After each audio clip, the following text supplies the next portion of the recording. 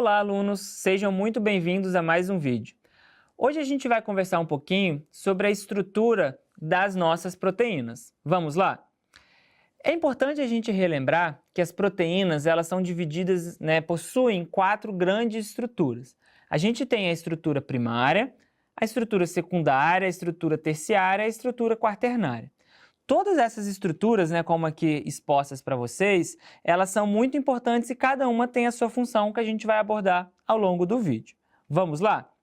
Então, olha, o que é a estrutura primária? Ela é a sequência de resíduos de aminoácidos ligados a partir de uma ligação peptídica.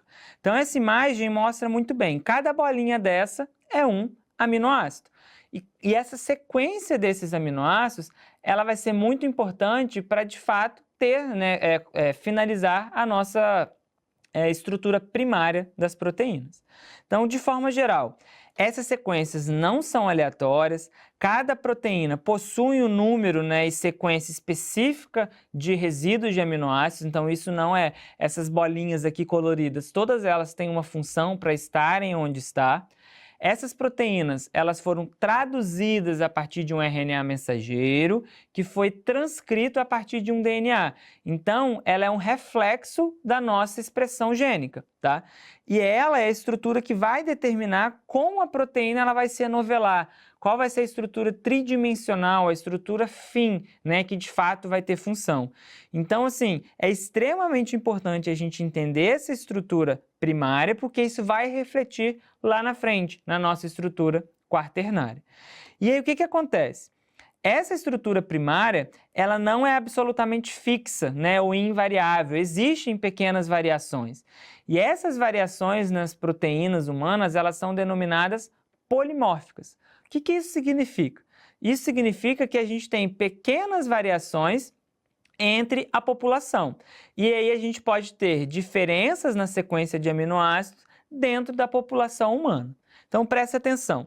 A gente tem, por exemplo, algumas enzimas relacionadas ao citocromo P450, que são polimórficas, como a gente está discutindo, e elas são caracterizadas muito importantes para a metabolização de fármacos.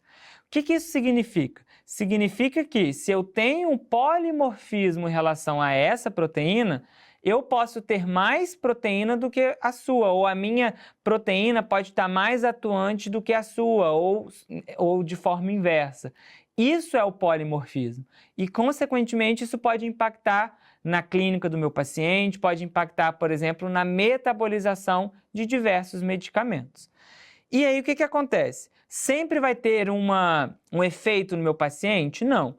Eu tenho algumas alterações, por exemplo, algumas mutações sinônimas, onde eu vou alterar a sequência, mas o aminoácido codificado que vai ser traduzido ali para a proteína vai permanecer o mesmo.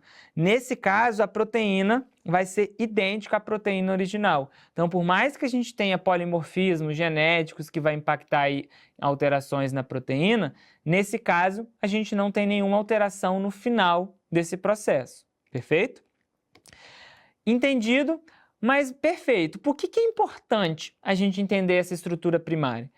Trago um autor muito importante, um pesquisador, que em 1953 descobriu a sequência dos resíduos de aminoácidos das cadeias polipeptídicas da insulina. Então, cada letrinha dessa que vocês estão vendo, tanto da cadeia A quanto da cadeia B, são aminoácidos ligados por ligações peptídicas. E essas duas cadeias polipeptídicas são ligadas aqui por ligações de sulfeto.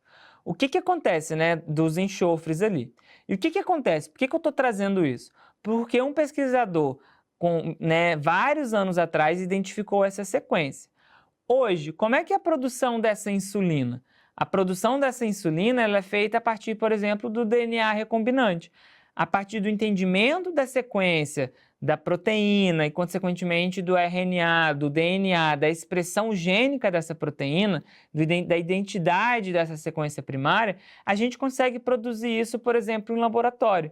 Então, é extremamente importante a gente conhecer a estrutura primária das proteínas para prever a sua funcionalidade e desenvolver, por exemplo, terapias baseadas em proteínas. Então, por isso que é extremamente importante a gente ter conhecimento, né, da estrutura primária dessas proteínas. E as outras estruturas, professor, o que seria? Essas estruturas primárias, se a gente voltar aqui atrás naquele slide anterior, vocês estão vendo que elas vão se novelando? Essas bolinhas, conforme elas vão se ligando, elas vão formando estruturas tridimensionais, como essa aqui e essa aqui. Quais são o nome dessas estruturas? A gente já vai falar agora. Uma delas é a alfa-hélice. O que é essa alfa-hélice? É uma estrutura secundária, onde a gente está dando já uma conformação, uma estrutura tridimensional. Por que ela é importante? Vai aumentar a estabilidade, por exemplo, da estrutura, vai permitir, né, um dobramento correto dessa cadeia polipeptídica. Então, essa forma helicoidal que a gente chama, ou de alfa-hélice, ela é essencial. E aí, o que acontece? Para com que isso aconteça, a gente precisa de ligações de hidrogênio, se vocês puderem observar aqui, ó, entre o grupamento amina e o grupamento carboxila dentre os resíduos de aminoácido. Professor, é só a alfa-hélice que é necessária? Não. A gente também viu anteriormente a folha beta. O que é essa folha beta? São cadeias polipeptídicas dispostas lado a lado, formando agora folhas estabilizadas por também ligações de hidrogênio. Beleza, professor, então eu entendi que a estrutura secundária tem tanto alfa-hélice quanto as folhas beta. E aí, acaba por aí? Não. A gente também tem as nossas estruturas terciárias, que vai aumentando a complexidade. Então, essas estruturas de alfa-hélice se juntam com a folha beta e vão formando estruturas maiores, mais volumosas. E entre essas outras estruturas, a gente também tem outros tipos de ligação, como, por exemplo, as ligações de hidrogênio, as interações hidrofóbicas, ligações iônicas, as pontes de sulfeto, que é o que eu tinha mostrado para vocês anteriormente. E se vocês olharem aqui nessas estruturas, eu tenho alfa, né, alfa-hélice, essa helicoidal, eu tenho as folhas betas, eu tenho diferentes que vão se complementar. Maravilha, professor, eu entendi o que é primária, entendi o que é secundária, entendi o que é terciária. E a quaternária?